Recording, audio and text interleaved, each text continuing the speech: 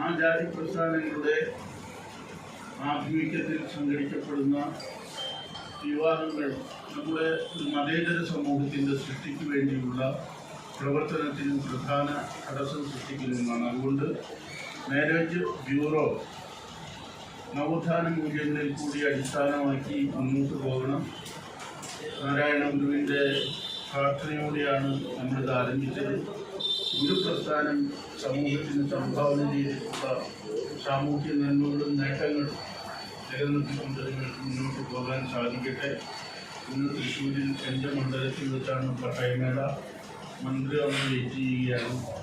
അതുകൊണ്ട് കൂടുതൽ സംസാരിക്കുന്നില്ല. നിങ്ങളെല്ലാം അഭിവാദ്യം ചെയ്തുകൊണ്ട് ഒരിക്കൽ കൂടി പ്രദീപമൂർത്തി ഉദ്ഘാടനം ചെയ്തു.